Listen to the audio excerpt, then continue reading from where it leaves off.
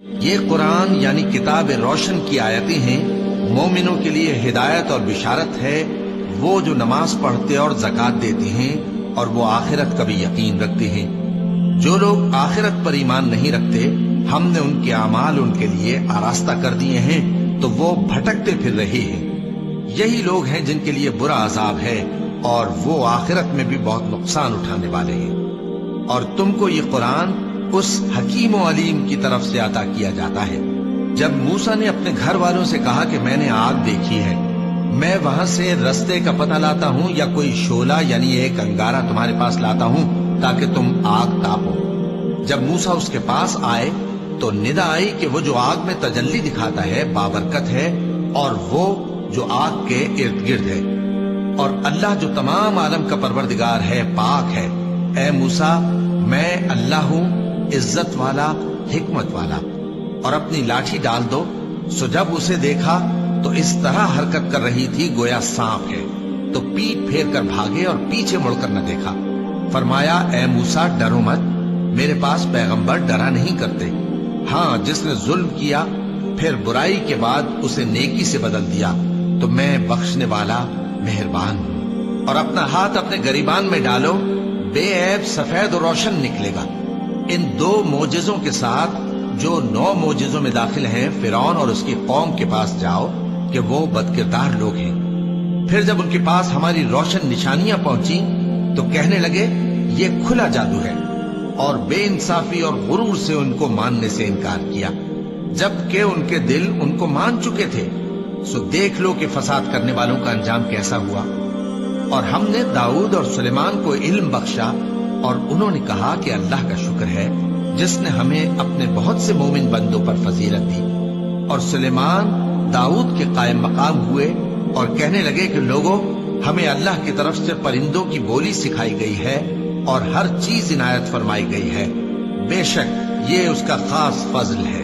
اور سلیمان کے لیے جنوں اور انسانوں اور پرندوں کے لشکر جمع کیے گئے اور پھر ان کی جماعتیں بنائی گئی، یہاں تک کہ جب چیونٹیوں کے میدان میں پہنچے تو ایک چیونٹی نے کہا کہ چیونٹیوں، اپنے اپنے بلوں میں داخل ہو جاؤ، ایسا نہ ہو کہ سلیمان اور اس کے لشکر تم کو کچل ڈالے اور ان کو خبر بھی نہ ہو۔ تو وہ اس کی بات سے ہنس پڑے اور کہنے لگے کہ اے پروردگار، مجھے توفیق عنایت کر کہ جو احسان تو نے مجھ پر اور میرے ماں باپ پر کیے ہیں ان کا شکر کروں، اور ایسے نیک کام کروں کہ تو ان سے خوش ہو جائے، اور مجھے اپنی رحمت سے اپنے نیک بندوں میں داخل فرما۔ اور جب انہوں نے پرندوں کا جائزہ لیا تو کہنے لگے کیا سبب ہے مجھے ہدہد نظر نہیں آتا؟ کیا کہیں غائب ہو گیا ہے؟ میں اسے سخت سزا دوں گا یا ذبح کر ڈالوں گا یا میرے سامنے اپنی بے قصوری کی واضح دلیل پیش کرے۔ ابھی تھوڑی ہی دیر ہوئی تھی کہ ہدہد آ موجود ہوا اور کہنے لگا کہ مجھے ایک ایسی چیز معلوم ہوئی ہے جس کی آپ کو خبر نہیں، اور میں آپ کے پاس ملک سبا سے ایک یقینی خبر لے کر آیا ہوں۔ میں نے ایک عورت دیکھی کہ ان لوگوں پر حکومت کرتی ہے اور ہر چیز اسے میسر ہے، اور اس کا ایک شاندار تخت ہے۔ میں نے دیکھا کہ وہ اور اس کی قوم اللہ کو چھوڑ کر آفتاب کو سجدہ کرتی ہیں، اور شیطان نے ان کے اعمال انہیں آراستہ کر دکھائے ہیں اور ان کو رستے سے روک رکھا ہے، پس وہ رستے پر نہیں آتے اور نہیں سمجھتے ہیں کہ اللہ کو جو آسمانوں اور زمین میں چھپی چیزوں کو ظاہر کر دیتا اور تمہارے پوشیدہ اور ظاہر اعمال کو جانتا ہے، کیوں سجدہ نہ کریں؟ اللہ کے سوا کوئی عبادت کے لائق نہیں، وہی عرش عظیم کا مالک ہے۔ کیونکہ آیت سجدہ تلاوت کی گئی ہے لہذا سامعین پر سجدہ واجب ہے۔ سلیمان نے کہا اچھا، ہم دیکھیں گے تو نے سچ کہا ہے یا تو جھوٹا ہے۔ یہ میرا خط لے جا اور اسے ان کی طرف ڈال دے، پھر ان کے پاس سے ہٹ جانا اور دیکھنا کہ وہ کیا جواب دیتی ہیں۔ ملکہ نے کہا کہ دربار والوں، مجھ تک ایک نامہ گرامی پہنچایا گیا ہے، وہ سلیمان کی طرف سے ہے، اور مضمون یہ ہے کہ شروع اللہ کا نام لے کر جو بڑا مہربان نہایت رحم والا ہے، بعد اس کے یہ کہ مجھ سے سرکشی نہ کرو اور مطیع و فرما بردار ہو کر میرے پاس چلے آؤ۔ خط سنا کر کہنے لگی کہ اے اہل دربار، میرے اس معاملے میں مجھے مشورہ دو، جب تک کہ تم حاضر نہ ہو اور صلاح نہ دو میں کسی کام کا فیصلہ نہیں کیا کرتی۔ وہ بولے کہ ہم بڑے زوراور اور سخت جنگجو ہیں، اور حکم آپ کے اختیار میں ہے، تو جو حکم دیجیے گا اس کے انجام پر نظر کر لیجیے گا۔ اس نے کہا کہ بادشاہ جب کسی شہر میں داخل ہوتے ہیں تو اس کو تباہ کر دیتے ہیں اور وہاں کے عزت والوں کو ذلیل کر دیا کرتے ہیں، اور اسی طرح یہ بھی کریں گے۔ اور میں ان کی طرف کچھ تحفہ بھیجتی ہوں اور دیکھتی ہوں کہ قاصد کیا جواب لاتے ہیں۔ پس جب قاصد سلیمان کے پاس پہنچا تو سلیمان نے کہا، کیا تم مجھے مال سے مدد دینا چاہتے ہو؟ سو جو کچھ اللہ نے مجھے عطا فرمایا ہے وہ اس سے کہیں بہتر ہے جو تمہیں دیا ہے۔ حقیقت یہ ہے کہ اپنے تحفے سے تم ہی خوش ہوتے ہوگے۔ ان کے پاس واپس جاؤ، اب ہم ان پر ایسے لشکر لے کر حملہ کریں گے جن کے مقابلے کی ان میں طاقت نہ ہوگی، اور ان کو وہاں سے بے عزت کر کے نکال دیں گے اور وہ ذلیل ہوں گے۔ سلیمان نے کہا کہ اے دربار والو، کوئی تم میں ایسا ہے کہ قبل اس کے کہ وہ لوگ فرما بردار ہو کر ہمارے پاس آئیں ملکہ کا تخت میرے پاس لے آئے؟ جنات میں سے قوی ہیکل جن نے کہا کہ قبل اس کے کہ آپ اپنی جگہ سے اٹھیں میں اس کو آپ کے پاس لا حاضر کرتا ہوں، اور مجھے اس پر قدرت بھی حاصل ہے اور امانت دار بھی ہوں۔ ایک شخص جس کو کتاب الہی کا علم تھا کہنے لگا کہ میں آپ کی آنکھ کے جھپکنے سے پہلے پہلے اسے آپ کے پاس حاضر کیے دیتا ہوں۔ جب سلیمان نے تخت کو اپنے پاس رکھا ہوا دیکھا تو کہا کہ یہ میرے پروردگار کا فضل ہے تاکہ مجھے آزمائے کہ میں شکر کرتا ہوں یا کفران نعمت کرتا ہوں، اور جو شکر کرتا ہے تو اپنے ہی فائدے کے لیے شکر کرتا ہے، اور جو ناشکری کرتا ہے تو میرا پروردگار بے نیاز ہے، کرم کرنے والا ہے۔ سلیمان نے کہا کہ ملکہ کے امتحان عقل کے لیے اس کے تخت کی صورت بدل دو، دیکھیں کہ وہ سوج رکھتی ہے یا ان لوگوں میں سے ہے جو سوج نہیں رکھتے۔ پھر جب وہ آ پہنچی تو پوچھا گیا کہ کیا آپ کا تخت بھی اسی طرح کا ہے؟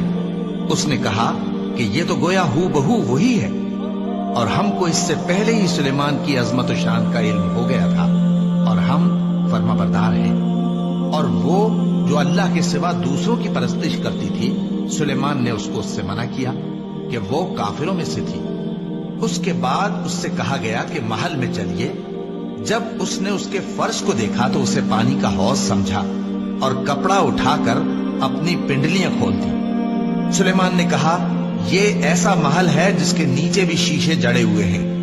وہ بول اٹھی کہ پروردگار، میں اپنے آپ پر ظلم کرتی رہی تھی، اور اب میں سلیمان کے ساتھ اللہ رب العالمین پر ایمان لاتی ہوں۔ اور ہم نے سمود کی طرف ان کے بھائی صالح کو بھیجا کہ اللہ کی عبادت کرو، تو وہ دو فریق ہو کر آپس میں جھگڑنے لگے۔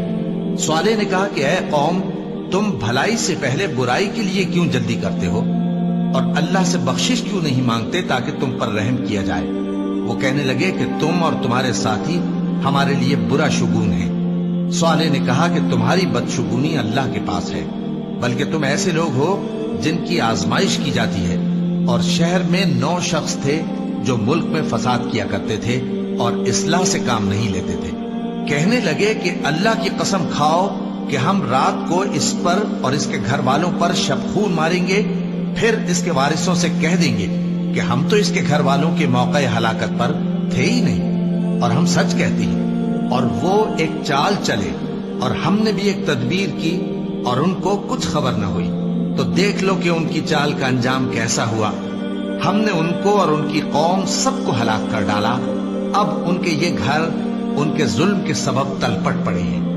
جو لوگ علم رکھتے ہیں ان کے لیے اس میں نشانی ہے، اور جو لوگ ایمان لائے اور ڈرتے تھے ان کو ہم نے نجات دی۔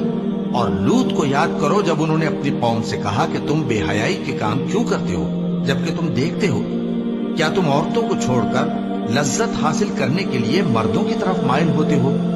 حقیقت یہ ہے کہ تم احمق لوگ ہو۔ تو ان کی قوم کے لوگ بولے تو یہ بولے، اور اس کے سوا ان کا کچھ جواب نہ تھا کہ لوط کے گھر والوں کو اپنے شہر سے نکال دو، یہ لوگ پاک بننا چاہتے ہیں۔ تو ہم نے ان کو اور ان کے گھر والوں کو نجات دی، مگر ان کی بیوی کہ اس کی نسبت ہم نے مقرر کر رکھا تھا کہ وہ پیچھے رہنے والوں میں ہوگی۔ اور ہم نے ان پر مے برسایا، سو جو مے ان لوگوں پر برسا جن کو متنبع کر دیا گیا تھا برا تھا۔ کہہ دو کہ سب تعریف اللہ ہی کے لیے ہے، اور اس کے ان بندوں پر سلام ہے جس کو اس نے منتخب فرمایا۔ بھلا اللہ بہتر ہے یا وہ جن کو یہ اس کا شریک بناتے ہیں؟ بھلا کس نے آسمانوں اور زمین کو پیدا کیا، اور کس نے تمہارے لیے آسمان سے پانی برسایا؟ پھر ہم نے اس سے سرسبز باغ اگائے. تمہارا کام تو نہ تھا کہ تم ان کے درختوں کو اگاتے. تو کیا اللہ کے ساتھ کوئی اور بھی معبود ہے؟ ہرگز نہیں، بلکہ یہ لوگ رستے سے الگ ہو رہے ہیں. بھلا کس نے زمین کو قرارگاہ بنایا اور اس کے بیچ نہریں بنائیں اور اس کے لیے پہاڑ بنائے، اور کس نے دو دریاؤں کے بیچ اوٹ بنائی؟ یہ سب کچھ اللہ نے بنایا. تو کیا اللہ کے ساتھ کوئی اور معبود بھی ہے؟ ہرگز نہیں، بلکہ ان میں اکثر علم نہیں رکھتے. بھلا کون بے قرار کی التجا قبول کرتا ہے جب وہ اس سے دعا کرتا ہے، اور کون اس کی تکلیف کو دور کرتا ہے، اور کون تم کو زمین میں اگلوں کا جانشین بناتا ہے؟ یہ سب کچھ اللہ کرتا ہے. تو کیا اللہ کے ساتھ کوئی اور معبود بھی ہے؟ ہرگز نہیں، مگر تم بہت کم غور کرتے ہو. بھلا کون تم کو جنگل اور دریا کے اندھیروں میں رستہ بتاتا، اور کون ہواؤں کو اپنی رحمت کے آگے خوشخبری بنا کر بھیجتا ہے؟ یہ سب کچھ اللہ کرتا ہے. تو کیا اللہ کے ساتھ کوئی اور معبود بھی ہے؟ ہرگز نہیں. یہ لوگ جو شرک کرتے ہیں اللہ کی شان اس سے بلند ہے. بھلا کون خلقت کو پہلی بار پیدا کرتا پھر اس کو دوبارہ پیدا کرے گا؟ اور کون تم کو آسمان اور زمین سے رزق دیتا ہے؟ یہ سب کچھ اللہ کرتا ہے. تو کیا اللہ کے ساتھ کوئی اور معبود بھی ہے؟ ہرگز نہیں. کہہ دو کہ مشرکو، اگر تم سچے ہو تو دلیل پیش کرو. کہہ دو کہ جو لوگ آسمانوں اور زمین میں ہیں اللہ کے سوا غیب کی باتیں نہیں جانتے، اور نہ یہ جانتے ہیں کہ کب زندہ کر کے اٹھائے جائیں گے، بلکہ آخرت کے بارے میں ان کا علم ختم ہو چکا ہے، بلکہ یہ اس کی طرف سے شک میں ہے، بلکہ یہ اس سے اندھے ہو رہے ہیں.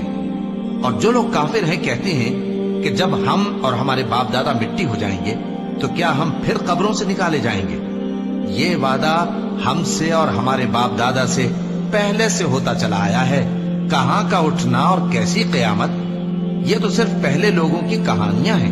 کہہ دو کہ ملک میں چلو پھرو، پھر دیکھو کہ گناہگاروں کا انجام کیا ہوا ہے، اور ان کے حال پر غم نہ کرنا، اور نہ ان چالوں سے جو یہ کر رہے ہیں تنگ دل ہونا. اور کہتے ہیں کہ اگر تم سچے ہو تو یہ وعدہ کب پورا ہوگا؟ کہہ دو کہ جس عذاب کے لیے تم جلدی کر رہے ہو شاید اس میں سے کچھ تمہارے نزدیک آ پہنچا ہو، اور تمہارا پروردگار تو لوگوں پر فضل کرنے والا ہے، لیکن ان میں سے اکثر شکر نہیں کرتے. اور جو باتیں ان کے سینوں میں پوشیدہ ہوتی ہیں اور جو کام وہ ظاہر کرتے ہیں تمہارا پروردگار ان سب کو جانتا ہے. اور آسمانوں اور زمین میں کوئی پوشیدہ چیز نہیں ہے مگر یہ کہ وہ ایک کتاب روشن میں لکھی ہوئی ہے. بے شک یہ قرآن بنی اسرائیل کے سامنے اکثر باتیں جن میں وہ اختلاف کرتے ہیں بیان کر دیتا ہے، اور بے شک یہ مومنوں کے لیے ہدایت اور رحمت ہے. تمہارا پروردگار قیامت کے روز ان میں اپنے حکم سے فیصلہ کر دے گا، اور وہ غالب ہے، علم والا ہے. تو اللہ پر بھروسہ رکھو، تم تو صاف حق پر ہو. کچھ شک نہیں کہ تم مردوں کو بات نہیں سنا سکتے، اور نہ بہروں کو جبکہ وہ پیٹ پھیر لیں آواز سنا سکتے ہو، اور نہ اندھوں کو گمراہی سے نکال کر رستہ دکھا سکتے ہو. تم تو انہی کو سنا سکتے ہو جو ہماری آیتوں پر ایمان لاتے ہیں، پھر وہ فرما بردار ہو جاتے ہیں. اور جب ان کے بارے میں عذاب کا وعدہ پورا ہوگا تو ہم ان کے لیے زمین میں سے ایک جانور نکالیں گے جو ان سے باتیں کرے گا. یہ ہم اس لیے کریں گے کہ لوگ ہماری آیتوں پر ایمان نہیں لاتے تھے. اور جس روز ہم ہر امت میں سے ایک بڑے گروہ کو جمع کریں گے جو ہماری آیتوں کی تکذیب کرتے تھے، پھر ان کی جماعت بندی کی جائے گی یہاں تک کہ جب سب آ جائیں گے تو اللہ فرمائے گا کہ کیا تم نے میری آیتوں کو جھٹلا دیا تھا، حالانکہ تم نے اپنے علم سے ان کا احاطہ تو کیا ہی نہ تھا. بھلا تم کیا کرتے رہتے تھے؟ اور ان کے ظلم کے سبب ان کے حق میں وعدہ عذاب پورا ہو کر رہے گا تو وہ بول بھی نہ سکیں گے.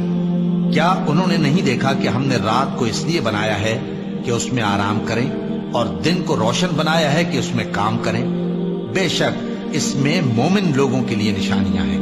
اور جس روز سور پھونکا جائے گا تو جو لوگ آسمانوں میں اور جو زمین میں ہیں سب گھبرا اٹھیں گے، مگر وہ جسے اللہ چاہے، اور سب اس کے پاس عاجز ہو کر چلے آئیں گے. اور تم پہاڑوں کو دیکھتے ہو تو خیال کرتے ہو کہ مضبوط جمے ہوئے ہیں، مگر وہ اس روز اس طرح اڑتے پھریں گے جیسے بادل. یہ اللہ کی کاریگری ہے جس نے ہر چیز کو مضبوط بنایا. بے شک وہ تمہارے سب افعال سے باخبر ہے. جو شخص نیکی لے کر آئے گا تو اس کے لیے اس سے بہتر بدلہ تیار ہے، اور ایسے لوگ اس روز گھبراہٹ سے بے خوف ہوں گے، اور جو برائی لے کر آئے گا تو ایسے لوگ اوندھے منہ دوزخ میں ڈال دیے جائیں گے۔ تم کو تو انہی اعمال کا بدلہ ملے گا جو تم کرتے رہے ہو۔ کہہ دو مجھ کو یہی ارشاد ہوا ہے کہ اس شہر مکہ کے مالک کی عبادت کروں جس نے اس کو محترم بنایا ہے، اور ہر چیز اسی کی ہے، اور مجھے یہ بھی حکم ہوا ہے کہ میں فرما بردار رہوں، اور یہ بھی کہ قرآن پڑھا کروں۔ اب جو شخص راہ راست اختیار کرتا ہے تو اپنے ہی فائدے کے لیے اختیار کرتا ہے، اور جو گمراہ رہتا ہے تو کہہ دو کہ میں تو صرف خبردار کرنے والا ہوں، اور کہو کہ اللہ کا شکر ہے وہ تم کو عنقریب اپنی نشانیاں دکھائے گا تو تم ان کو پہچان لو گے، اور جو کام تم کرتے ہو تمہارا پروردگار ان سے بے خبر نہیں۔